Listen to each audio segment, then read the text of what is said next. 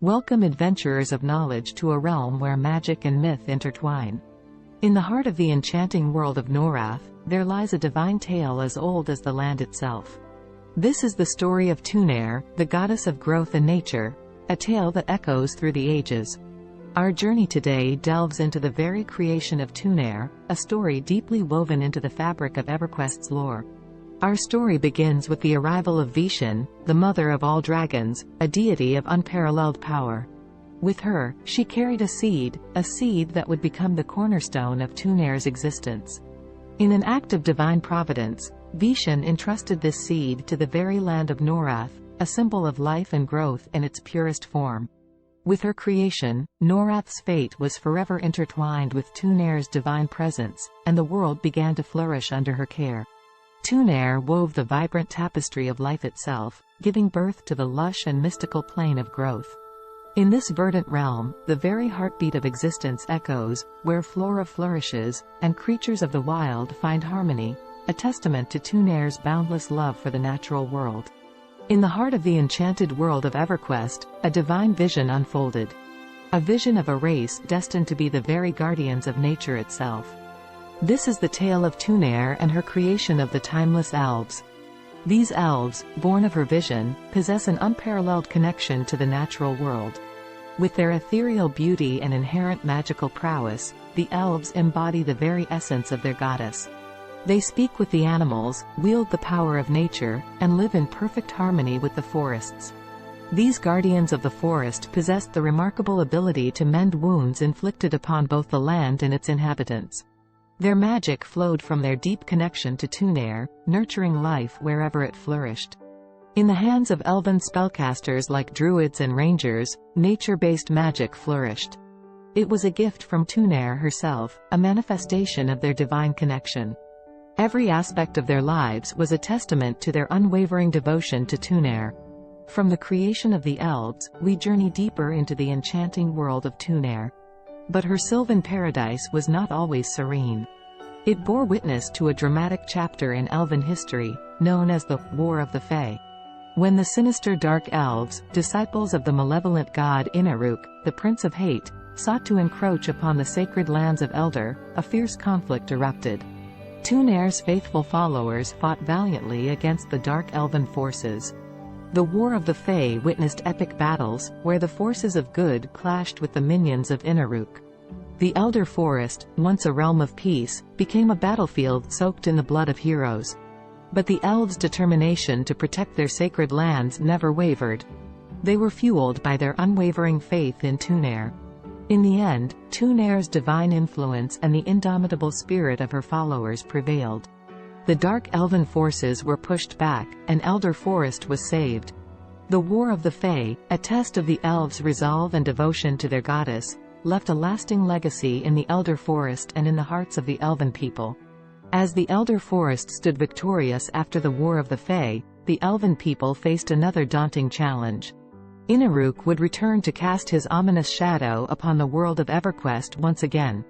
His influence spread like a shadow, tainting the hearts of the unfaithful and fomenting darkness wherever it touched. But the elves, steadfast in their devotion to Tunare, could not stand idly by as this darkness threatened to engulf their world.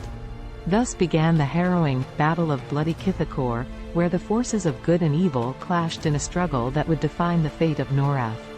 Elven warriors, along with their allies, took up arms against the armies of Inaruk. Their determination to defend their lands and their faith in Tunare blazed like a beacon in the darkest of nights. The battle raged on and hope often seemed distant.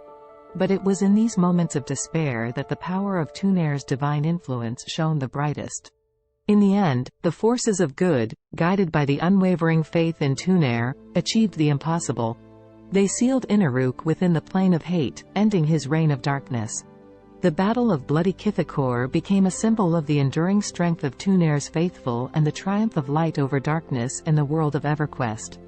Emerging from the tumultuous Battle of Bloody Kithicor, the elven people earned a new title, one that would echo through the ages: Nature's Defenders. The elves' role as Nature's Defenders went beyond mere titles. It was a sacred duty, a promise to protect and preserve the natural world that had been entrusted to them. From the heart of the enchanted Elder Forest, we transition to another chapter of tragedy and conflict. Amidst the tranquility of the Elder Forest, a land of breathtaking beauty and home to the graceful elves, a fiery storm was brewing. Enter Solusek, the Burning Prince, a deity of fire and destruction, whose ambition knew no bounds. In his quest for power and dominance, Solusek sought to extend his fiery grip over Norath. But standing in his way was the serene Elder Forest, watched over by Tunare. Divine conflict erupted as fire clashed with nature, and the very essence of the forest trembled under the relentless assault of flames. The once lush Elder Forest, a symbol of elven harmony with nature, was reduced to a charred wasteland by Solusek's fiery wrath. Solusek's fiery rampage, marked by intense heat and relentless flames, scorched the very essence of the land, turning fertile plains and lush forests into unforgiving deserts. But Solusek's ambitions extended even further, reshaping the very geography of Norath. One of his most notable acts was the raising of the formidable Serpent Spine Mountains. These towering peaks, stretching like a colossal wall across the land, were strategically positioned to obstruct the natural flow of rain-carrying winds. The transformation was profound, as once verdant landscapes gave way to vast expanses of shifting sands, where the sun's scorching embrace became a constant companion. As a result, the region beyond these mountains, including the iconic desert of fell under a perpetual rain shadow, deprived of the life-giving rains. Solusek's motivations behind this act were twofold: to disrupt the harmony of nature, challenging Tunare's influence, and to expand his own dominion over the world. The desert became a land of formidable challenges, where adventurers braved the harsh conditions, confronted creatures adapted to the arid environment, and sought the secrets hidden beneath the dunes. The elves, who had cherished this land for generations, were left in mourning for their lost homeland. Solusek's fiery rampage, a chapter in the annals of EverQuest, serves as a stark reminder of the enduring struggle between the forces of creation and destruction in the world of Norath. In the wake of Solusek's devastating rampage that left the once thriving Elder Forest in ruins, the elven people found themselves at a crossroads. With their ancestral homeland reduced to a charred wasteland, the elves embarked on a journey of hope and renewal, seeking sanctuary amidst the embrace of the enchanting Faydark forest. The Faydark, a realm of ethereal beauty and enduring enchantment, became their newfound haven, where the promise of rebirth awaited. Within the treetops of this mystical forest, the elves found solace and the opportunity to rebuild their lives. Here, they would shape their destiny and reconnect with their roots. Within its embrace, mystical creatures such as the unicorns and trents roam freely, embodying the essence of the natural world. Yet, Faydark's mystical nature isn't without its shadows.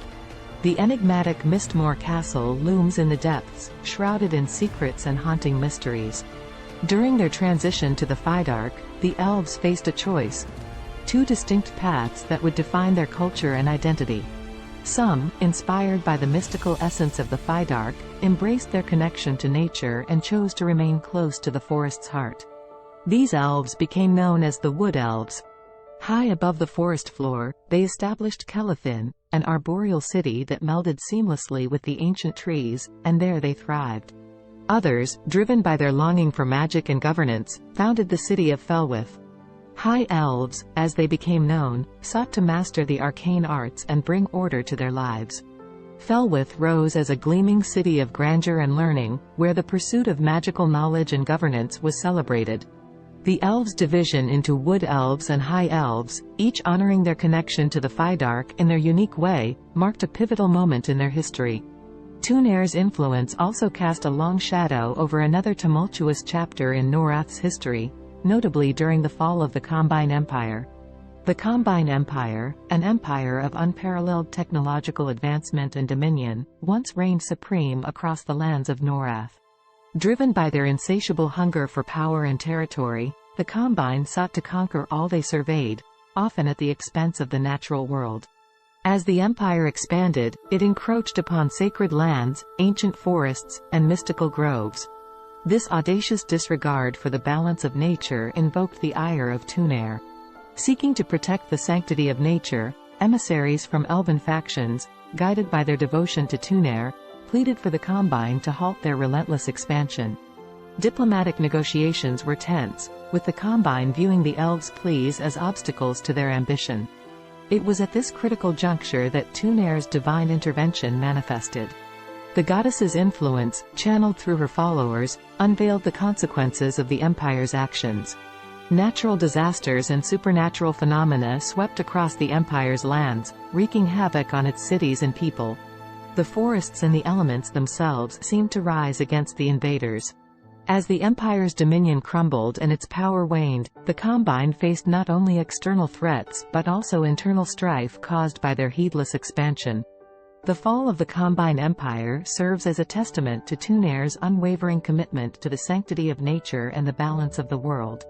The legend of Tunare's role in the Empire's fall stands as a reminder that even the mightiest of empires must heed the call of nature and respect the divine forces that watch over Norath.